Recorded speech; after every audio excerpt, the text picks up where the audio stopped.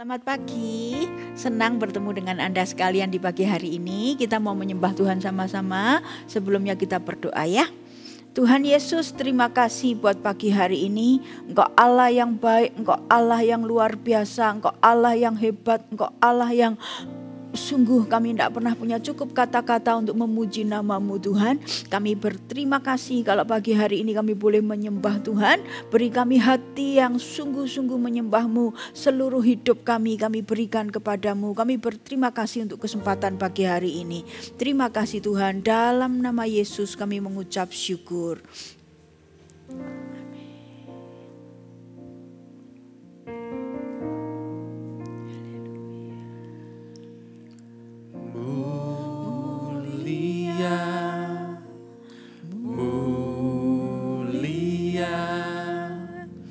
Bagi anak domba, mulia, mulia bagi anak domba, sebab Engkau mulia dan layak dipuji, yang duduk di tahta dan yang akan memerintah selamanya atas semua yang di bumi.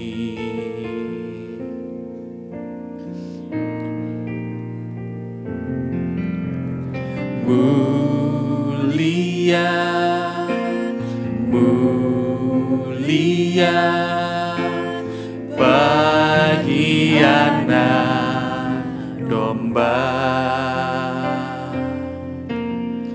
mulia, mulia bagi anak domba, sebab Engkau mulia dan layak dipuji, yang duduk di tahta dan yang akan memerintah selamanya atas semua yang di bumi.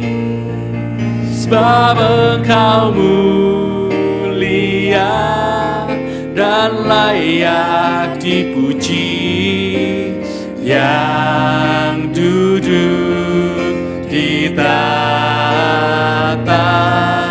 dan yang akan memerintah selamanya atas semua yang di bumi. Sebab Engkau mulia dan layak dipuji, yang duduk di tahta dan yang akan memerintah selamanya atas semua yang di bumi, oh, atas semua yang di bumi, atas semua yang di bumi. Mari kita sembah Dia. Oh, haleluya.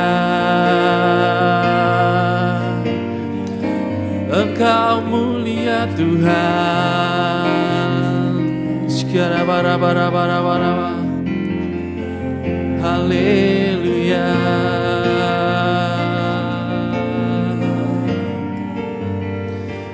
Oh Yesus, anak domba.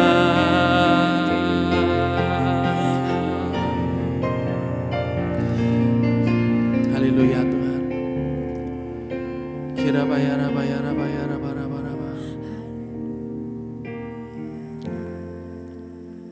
Kau ku sembah,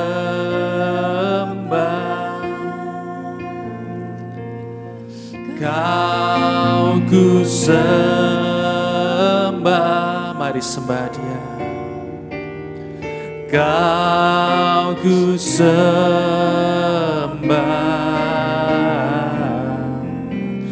oh Tuhan.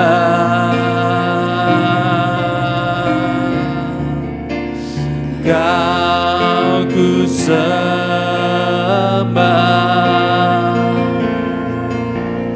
Kau ku sembah,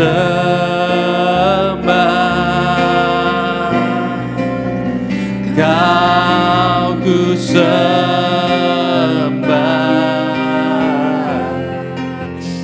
oh Tuhan.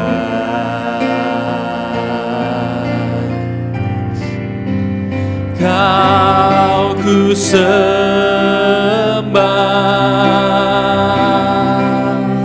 Kau ku sembah,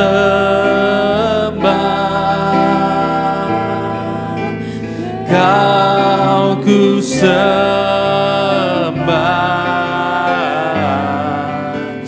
oh Tuhan. Oh yes, Kau ku sembah,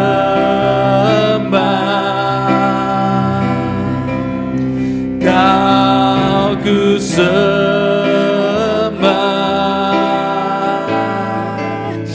Kau ku sembah,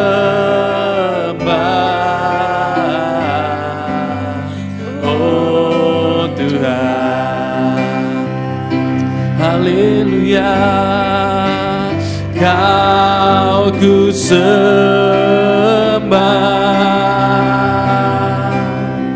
Kau ku sembah,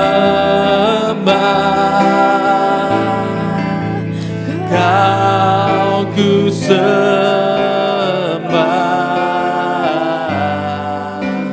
oh Tuhan.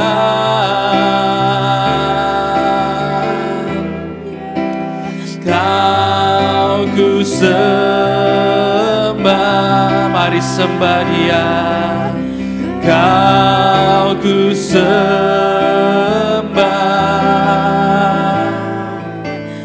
Kau ku sembah,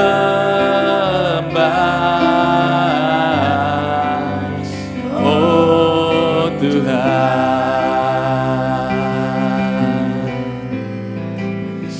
Kau ku sembah,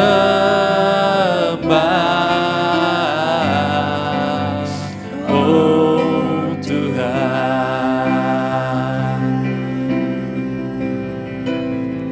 Kau ku sembah,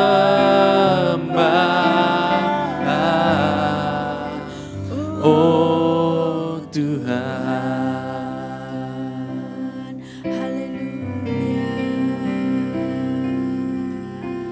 Bapa segala yang baik, yes. Semua datang dari tatamu, Allah Bapa, Putra dan Roh Kudus. Ku mengasihimu, oh Bapa. Bapa segala yang baik, amin. Semua datang dari tatamu, Allah Bapa, Putra dan Roh Kudus. Ku mengasihimu, katakan Bapa. Bapa segala yang baik, ya Tuhan. Semua datang dari tatamu,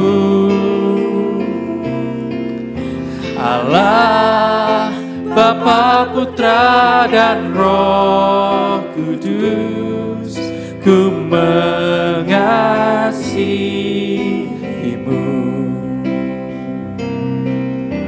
Allah, Bapa, Putra, dan Roh Kudus, ku mengasihimu. Sekali lagi katakan, Allah, Bapa, Putra, dan Roh Kudus, ku mengasihimu.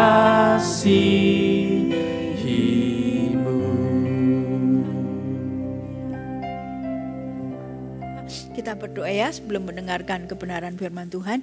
Tuhan, berkati firman Tuhan yang akan disampaikan di dalam nama Tuhan Yesus Kristus. Engkau mampukan hamba-Mu untuk menyampaikan dengan jelas, dan juga Engkau mampukan setiap kami yang mendengar untuk bisa betul-betul bukan hanya sekedar mendengar, tetapi tertanam dalam batin kami dan Engkau mengerjakan sesuatu dalam hati kami. Saya berdoa setiap orang yang mendengarkan akan mendapatkan rema, 1-2 kalimat rema yang mungkin berbeda-beda buat setiap yang mendengar. Tapi saya mau di dalam nama Yesus minta Tuhan, setiap kami akan mendapatkan 1-2 kalimat yang Kau pakai untuk betul-betul berbicara di hati kami dan mengubahkan hidup kami. Terima kasih, di dalam nama Yesus kami mengucap syukur. Amin. Ya, shalom. Hari ini kita mau langsung belajar ya. Kita mau baca sama-sama di dalam Ulangan yang keempat ayat yang ke-1. Saya bacakan ya. Ulangan yang keempat ayat yang ke-1. Maka sekarang hai orang Israel, dengarlah ketetapan dan peraturan yang kuajarkan kepadamu untuk dilakukan, supaya kamu hidup dan memasuki serta menduduki negeri yang diberikan kepadamu oleh nenek moyangmu, oleh Tuhan Allah nenek moyangmu. Saya ulang sekali lagi ya, dan saya percaya di rumah tolong diikutin ya. Ulangan 4 ayat yang ke-1. Maka sekarang hai orang Israel, ikuti sama-sama ya. Dengarkanlah, katakan dengarkanlah. Maka sekarang hai orang Israel, dengarkanlah ketetapan dan peraturan yang kuajarkan kepadamu untuk dilakukan. Katakan untuk dilakukan gitu ya. Lalu kemudian supaya kamu hidup dan memasuki serta menduduki negeri yang diberikan kepadamu oleh Tuhan Allah nenek moyangmu. Ketika saya mendapatkan ayat ini, saya tiba-tiba mendapatkan sebuah rema yang membuat hati saya menyala-nyala dan yang membuat hati saya terkagum-kagum akan Tuhan.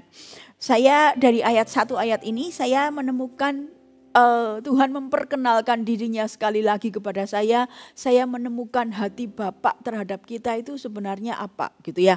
Yang pertama saya belajar Tuhan itu adalah Bapa yang rindu memberikan tuntunan kepada anak-anaknya. Bapa yang kita sembah, Dia adalah Bapa yang rindu sekali untuk memberikan tuntunan kepada anak-anaknya. Dia tidak pernah meninggalkan anaknya yatim piatu. Dia tidak pernah meninggalkan anaknya tanpa pimpinan. Ya, itu hati Tuhan. Yang pertama saya mendapatkan kebenaran bahwa hati Tuhan adalah Dia itu sayang sama anak-anaknya. Dia rindu memimpin, Dia rindu untuk mengajar, Dia rindu untuk membimbing, dan Dia tidak pernah punya pikiran untuk melepas anak-anaknya itu sebagai yatim piatu yang tanpa pimpinan. Itu yang pertama ya. Lalu aplikasinya buat hidup kita, kalau kita tahu Bapak seperti itu, apa yang kita harus lakukan? Kalau kita mendengarkan kebenaran firman Tuhan, yang perlu kita lakukan adalah pertama-tama kalau kita dengarkan firman, carilah firman itu untuk diri kita sendiri. Kadang-kadang orang itu kalau mendengarkan firman, kita lebih cari firman untuk orang lain. Saya kasih contoh ya. Kalau sepasang suami istri sedang beribadah gitu ya. Kalau khotbahnya sedang ngajarin suami-suami untuk bagaimana seharusnya memperlakukan istrinya. Seharusnya kan yang kena, yang tertegur, yang belajar si suami. Tapi biasanya kalau yang sedang dikhotbahkan mengenai suami, yang senang istrinya karena merasa rasain lu kamu ditegur dengan firman Tuhan, rasain lu kamu harus belajar banyak dan lain sebagainya. Sebaliknya kalau firmannya untuk istri, biasanya yang senang yang bapak-bapaknya, yang suami-suaminya. Kadang-kadang tanpa disadari kita ini kalau dengerin firman, kita lebih langsung ingatnya orang lain. Kalau misalnya lagi ada teguran begini-begini, muncul di pikiran kita, nah rasain orang itu, kena orang itu dengan firman ini dan lain sebagainya. Nah saya diajari sama Tuhan, Tuhan itu rindu sekali untuk memberikan tuntunannya, pimpinannya kepada kita. Dia tidak mau kita jadi yatim piatu yang tidak tahu tuntunannya bagaimana, yang tidak tahu harus berlaku seperti apa sebagai anak-anak Tuhan. Dan untuk itu, belajarlah kalau dengar firman. Pertama-tama ambil itu untuk diri kita sendiri. Ya, jangan sibuk nyariin firman buat orang lain. Ya, seperti itu. Lalu yang kedua yang saya pelajari adalah Tuhan itu adalah Bapa yang rindu dan kepingin, rindu dan ingin sekali kita ini melakukan apa yang kita dengar. Tuhan tidak hanya maunya tidak apa-apa, yang penting dengar firman. Terus nanti saya akan berkomentar, firmannya bagus loh, firmannya menguatkan loh, firmannya memberkati. Bagus sih kalau kita mendengarkan firman Tuhan, lalu kemudian kita tahu, ini firman bagus, ini firman memberkati. Tapi Tuhan mau lebih dari itu. Dikatakan dengarkanlah, lalu untuk apa? Untuk dilakukan. Jadi Tuhan itu mau ketika kita mendengarkan firman Tuhan, Tuhan mau menolong kita, membantu kita untuk melakukannya, gitu ya. Tuhan mau membantu kita untuk melakukannya. Nah, lalu bagaimana aplikasinya dalam kehidupan kita kalau Tuhan pengen kita menjadi pelaku firman? Yang pertama, jangan terjebak hanya berkomentar tentang firman Tuhan. Ya, bahkan kalau komentarnya bagus sekalipun, firman ini luar biasa loh, firman ini memberkati. Lalu lama-lama kita jadi menggosip tentang si pembicaranya. Pembicaranya keren, pembicaranya cantik, pembicaranya ganteng, bajunya bagus, apa segala macam. Lalu kita lama-lama gagal fokus, gitu ya. Nah, saya belajar bahwa kalau kita dengar firman, jangan terjebak hanya sekedar berkomentar. Bahkan komentar bagus, ya oke lah komentar bagus. Tapi itu pun gak cukup bagi Tuhan. Jangan, kalau kita dengar firman jangan sibuk hanya berkomentar. Apalagi zaman sekarang. Please jangan ikut-ikutan ya. Ada begitu banyak komentar orang yang memilih untuk berdebat. Firman Tuhan bukan diterapkan, firman Tuhan bukan dilakukan. Tapi banyak orang itu memperdebatkan firman Tuhan sana dan sini. Saya berdoa dan saya minta di dalam nama Tuhan Yesus. Jemaat Gereja Mawar Syaron jangan ikut-ikutan gitu ya. Jangan ikut-ikutan terjebak berkomentar dan membahas firman Tuhan sana sini ya. Itu tidak kita perlukan begitu. Lalu kemudian yang kedua, kalau Tuhan itu rindu kita mau jadi pelaku firman, yang pertama kita tidak perlu terjebak dengan hanya sekedar berkomentar. Lalu yang kedua, kita jangan terjebak dengan perasaan, ya kalau aku nggak bisa lakukan itu manusiawi lah, aku kan masih manusia, aku kan masih nggak sempurna. Itu semuanya betul, karena begini, saya diajar Tuhan begini, firman Tuhan itu kadang-kadang seperti sebuah teori, tapi dia tidak pernah hanya sebuah teori. Tapi secara akal ya, kadang-kadang misalnya kita yang disakiti, tapi kita yang disuruh Tuhan untuk belajar mengampuni. Kita yang dirugikan, tapi Tuhan yang nyuruh kita untuk memberkati orang itu, melepaskan orang itu, bahkan tidak jarang kadang-kadang kita yang disakiti, kita yang disuruh Tuhan untuk minta maaf dan lain sebagainya. Kadang-kadang cara kerja Tuhan dalam hidup kita itu memang berbeda dari apa yang akal kita, kan seperti itu. Nah, karena firman Tuhan kadang-kadang itu berbeda dengan cara kita berpikir, seringkali kita jadi bikin excuse. Seringkali kita jadi merasa kalau aku nggak bisa melakukan itu normal. Kalau aku nggak bisa melakukan itu wajar.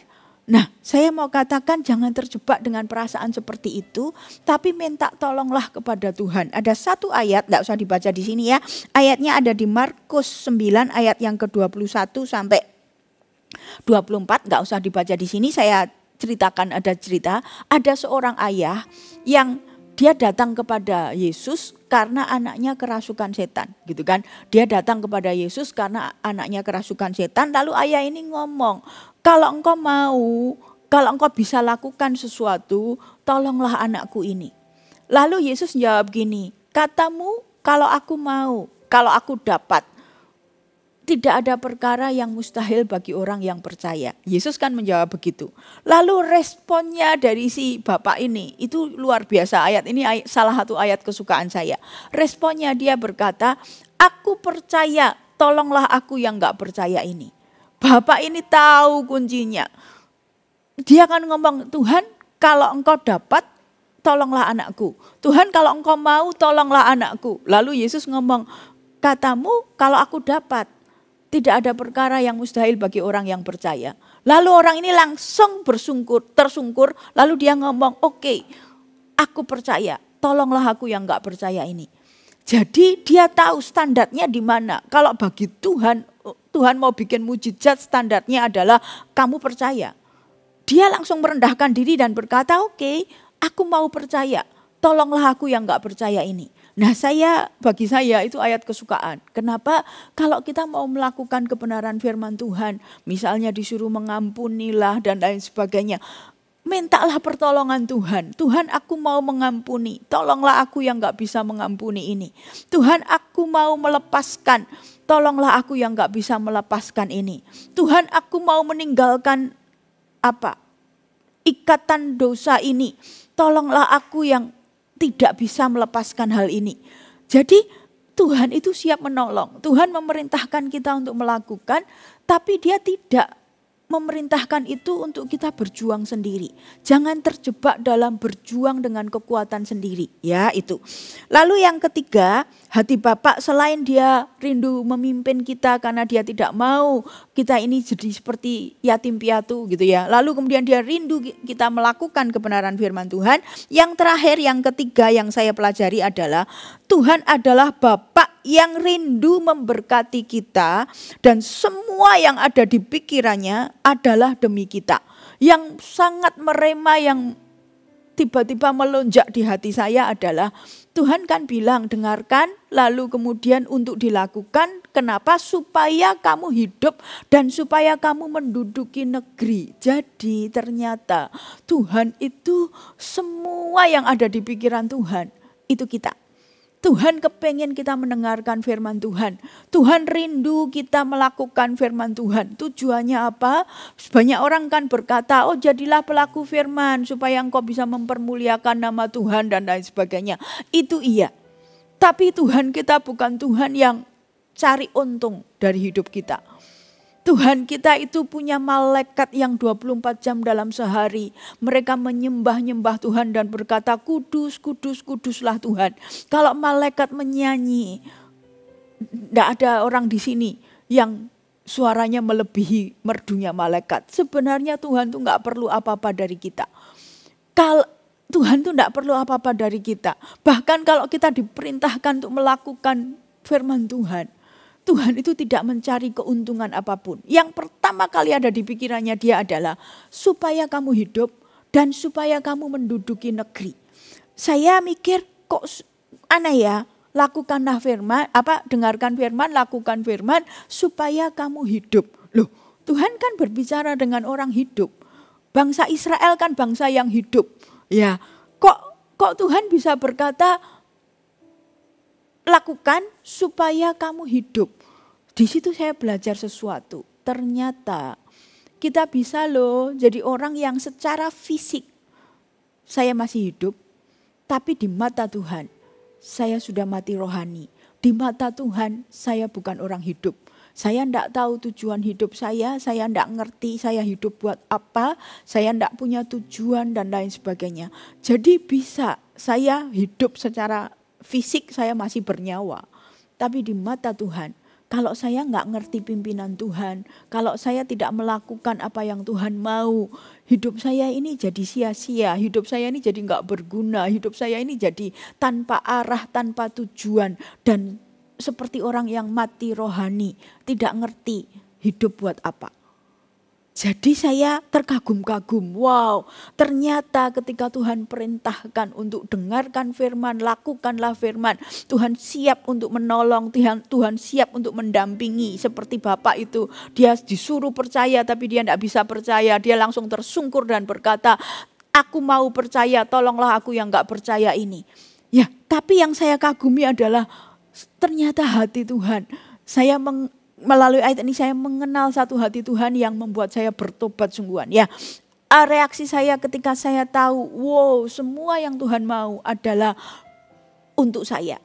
Ketika dia memerintahkan saya untuk melakukan firman Tuhan pun, satu, supaya saya hidup. Lalu yang kedua dikatakan, supaya kamu menduduki negeri. Artinya apa? Supaya Tuhan punya jalan untuk menggenapi setiap janji-janjinya. Supaya iblis tidak punya pintu untuk mengambil, mencuri dari hidup kita. Sehingga janji-janji Tuhan tidak digenapi. Itu tujuan Tuhan. Luar biasa ya, saya terkagum-kagum dengan hati Tuhan. Ketika dia memerintahkan sesuatu dan lain sebagainya. Yang semua yang ada di pikiran kita adalah kita.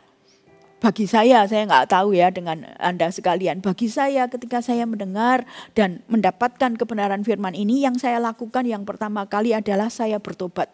Saya minta ampun kepada Tuhan. Tuhan, ampuni aku. Ampuni aku kalau kadang-kadang aku mempertanyakan kebaikan Tuhan. Ampuni aku kalau kadang-kadang aku main hitung-hitungan sama Tuhan. Ampuni aku kalau kadang-kadang saya berpikir, waduh, melakukan firman Tuhan itu sulit dan lain sebagainya, tidak masuk di akal. Lalu semuanya itu demi apa? Supaya saya bisa mempermuliakan nama Tuhan, supaya orang lain tidak tersandung melihat hidup saya dan lain sebagainya. Seolah-olah saya mau dimanfaatkan oleh Tuhan. Tapi ketika saya membaca ayat ini, saya belajar sungguh-sungguh. Tuhan bilang, enggak Keolan, aku enggak perlu kamu. Kamu enggak mempermuliakan namaku pun. Aku punya malaikat yang 24 jam dalam sehari menyembah-nyembah aku dan berkata, kudus, kuduslah Allah. Kalau saya melakukan kebenaran firman Tuhan, lalu saya bisa dipakai oleh Tuhan, saya bisa menjadi berkat, nama Tuhan bisa dipermuliakan melalui hidup saya, itu pun keuntungan bagi saya. Tapi Tuhan tidak pernah cari untung dari hidup saya. Semua yang Tuhan pikirkan ketika dia memerintahkan kita untuk melakukan firman, hati Bapa terhadap kita itu adalah apa? Supaya kamu hidup dan supaya kamu bisa menduduki negeri, supaya janji-janji Tuhan dalam hidupmu bisa tergenapi, supaya iblis gak punya pintu untuk mencuri berkat-berkat yang sudah kusediakan bagimu, supaya iblis gak punya ruang untuk mendakwa hidupmu, supaya iblis gak punya ruang untuk membiarkanmu hidup di dalam kekalahan, supaya kemenangan-kemenangan yang sudah kusediakan bagimu itu terjadi dalam hidupmu.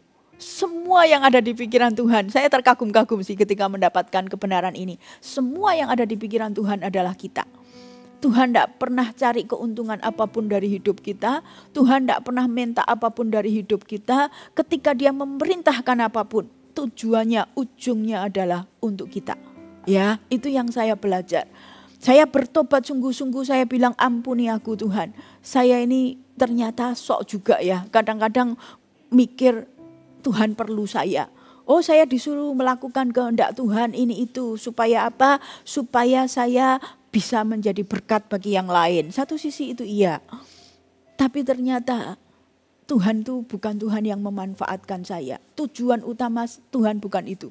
Tujuan utama Tuhan adalah kalau kamu ngerti hatiku, kalau aku perintahkan kamu untuk mendengarkan firmanku, kalau aku perintahkan kamu untuk melakukan firmanku, itu demi kamu, supaya kamu hidup, supaya aku bisa genapi janjiku dalam hidupmu, supaya iblis tidak punya ruang dalam hidupmu. Luar biasa ya, saya terkagum-kagum. Yang pertama saya bertobat dan saya berkata, ampuni aku Tuhan. Kalau mungkin kadang-kadang saya curiga, saya marah, loh aku yang disakiti, kenapa aku yang harus minta maaf? Aku yang disalahin, kenapa aku yang harus mengampuni? Ya, kadang-kadang kan kita ini banyak protes sama Tuhan. Lalu seolah-olah Tuhan itu sedang memanfaatkan kita. Oh, supaya kamu jadi berkat, begini begitu. Iya juga sih. Tapi itu bukan pertama-tama yang ada di hati Tuhan. Ya, jadi yang pertama belajarlah untuk bertobat sungguh-sungguh. Percayalah Tuhan itu baik ya. Lalu kemudian selain bertobat, saya juga belajar untuk berterima kasih. Kok ada ya Tuhan yang semua yang ada di pikiran Tuhan, itu saya. Ketika saya mendapatkan kebenaran ayat ini, seharusnya setiap kita menjadi orang yang punya rasa aman di dalam Tuhan. Aku aman jatuh di tangan Tuhan yang baik. Ini Allah yang gak pernah punya pikiran yang jahat. Ini Allah yang gak pernah punya pikiran yang lain kecuali memberkati hidupku. Ini Allah yang gak pernah punya tujuan lain. Kenapa kita disuruh untuk mengampuni? Kenapa kita disuruh untuk memberi? Apakah Tuhan perlu uang saya? Enggak. Supaya saya enggak terikat oleh mamon. Supaya hati saya free dan tidak terikat oleh rasa khawatir, kekurangan uang dan lain sebagainya. Ketika saya belajar memberi, di sanalah hati saya yang dibebaskan. Saya dilepaskan, hati saya dibebaskan, hati saya dimerdekakan dari ketakutan akan uang. Hati saya dimerdekakan. Jadi luar biasa Tuhan itu. Semua yang Dia pikirkan adalah kita. Ya. Saya akan tutup dengan satu kesaksian, lalu setelah itu kita berdoa ya. Ini tidak ada di catatan saya, tapi tiba-tiba saya diingatkan satu kesaksian. Saya pernah ketemu dengan satu orang yang sedang mengalami masa yang sangat sukar. Rasanya semua masalah menjadi satu. Sakit iya, punya masalah keluarga iya, punya masalah ekonomi iya, punya masalah hubungan iya, punya masalah dengan anak-anaknya juga iya, dan lain sebagainya gitu ya. Lalu tiba-tiba dalam kondisi begitu, dia bisa menciptakan satu lagu. Di lagu itu, lagunya dalam bahasa Inggris ya, dan sayangnya nggak terkenal. Itu zaman dulu waktu saya kuliah tidak di Indonesia sih. Itu dosen saya ya, bukan orang Indonesia. Dia menciptakan satu lagu. Di lagu itu kata-katanya adalah belajarlah untuk melihat kebaikan hati Tuhan. Karena apa? Belajarlah untuk melihat kebaikan hati Tuhan. Ketika engkau tidak bisa melihat kebaikan tangannya. Kenapa? Karena kalau tangan Tuhan kadang-kadang bisa kelihatan tidak baik. Contoh, orang tua yang dengan tangannya gendong seorang anak kecil datang kepada dokter, megangi anak itu untuk disuntik oleh dokter. Padahal anak ini maunya lari dari dokter itu. Padahal anak ini nggak mau diinfus, nggak mau disuntik dan lain sebagainya. Bagi anak ini, tangan papanya kelihatannya jahat. Karena papanya lah yang membawa dia pergi ke dokter itu. Yang membiarkan dia disuntik oleh dokter itu dan lain sebagainya. Anak ini meronta-ronta, tidak mau disuntik. Tapi papanya membantu dokter itu untuk bisa menyuntik dan lain sebagainya. Sepertinya tangannya jahat. Tapi kalau anak ini tahu hati bapaknya sampai bekerja keras, mungkin lembur-lembur dan lain sebagainya untuk bisa mendapatkan uang tambahan, untuk bisa membawa anak ini pergi ke dokter, karena bapaknya tidak mau lihat anak ini sakit dan lain sebagainya. Lalu teman saya ini membuat sebuah lagu yang berkata, kalau kamu gagal melihat kebaikan tangan Tuhan, lihatlah kebaikan hatinya. Dan kalau kamu lihat kebaikan hatinya, percayalah dari hatinya yang baik tidak bisa keluar kejahatan. Ketika saya mendapatkan ayat ini, saya ingat lagu itu dan saya disadarkan, iya ya, Bapak kita itu baik. Semua yang ada di pikirannya Dia. Bahkan ketika Dia suruh kita melakukan firman yang kelihatannya mustahil sekalipun. Semua yang ada di pikirannya Dia adalah kita. Supaya kita hidup. Supaya janji Tuhan digenapi dalam hidup kita.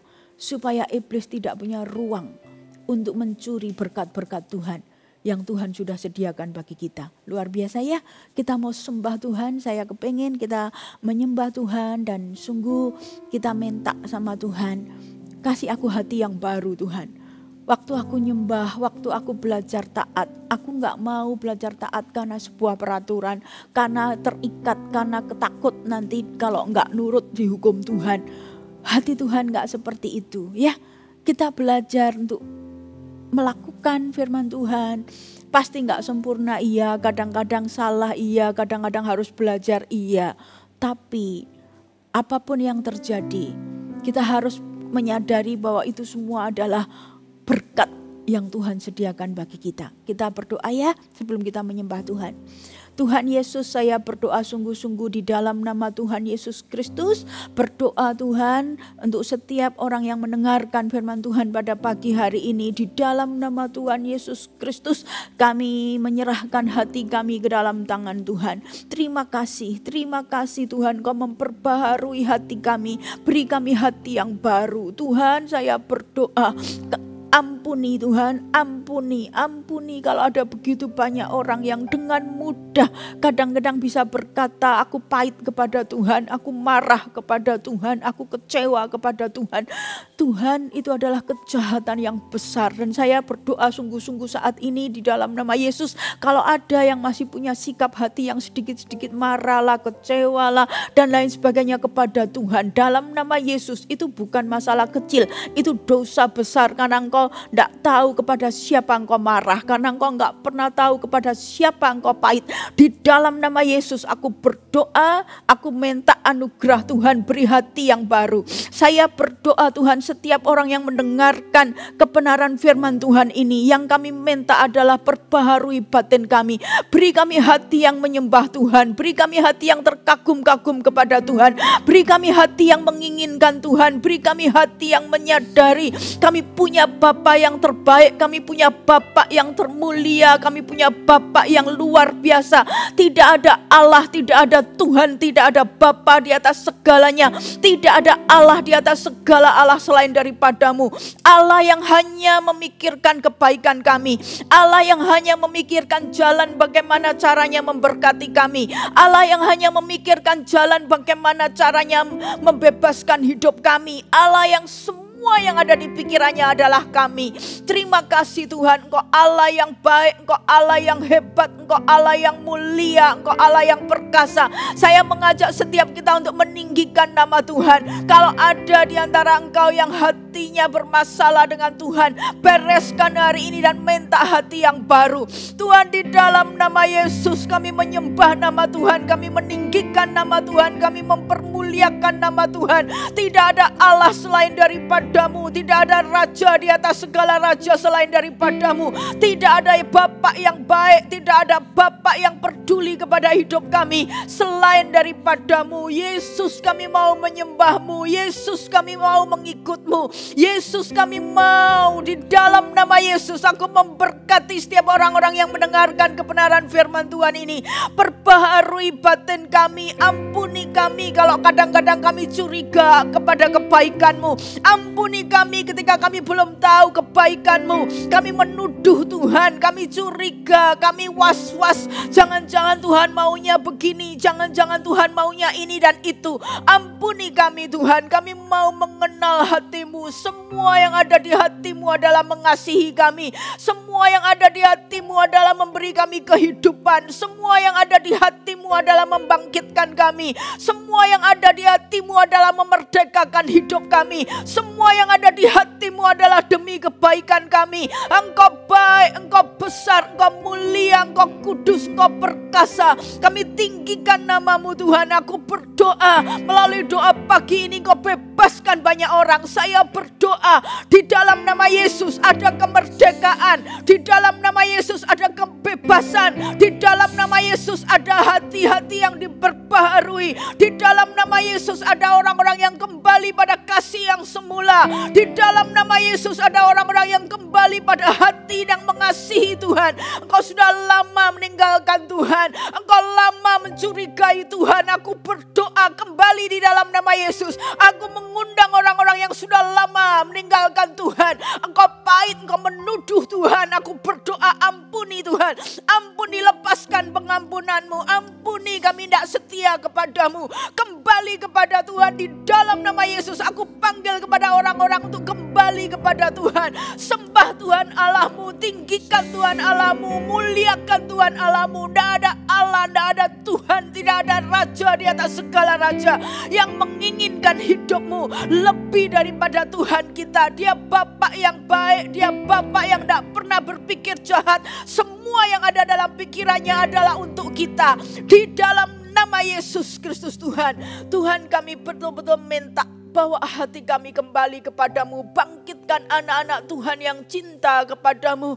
Bangkitkan anak-anak Tuhan yang tahu bagaimana kami menghormati kasih-Mu.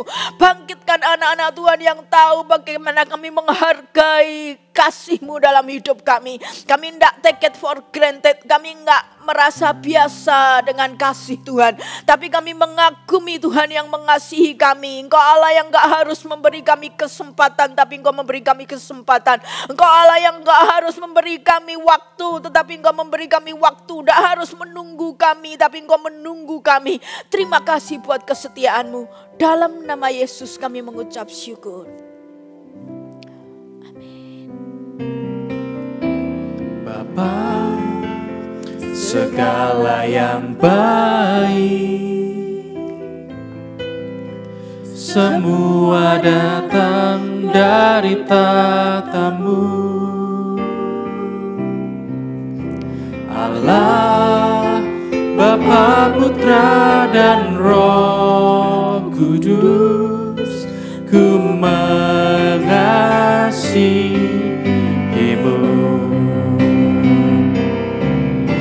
Bapa, segala yang baik,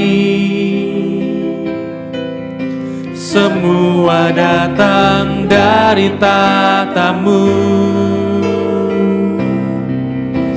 Allah, Bapa, Putra, dan Roh Kudus, ku mengasihimu. Allah, Bapa, Putra, dan Roh Kudus, ku mengasihimu.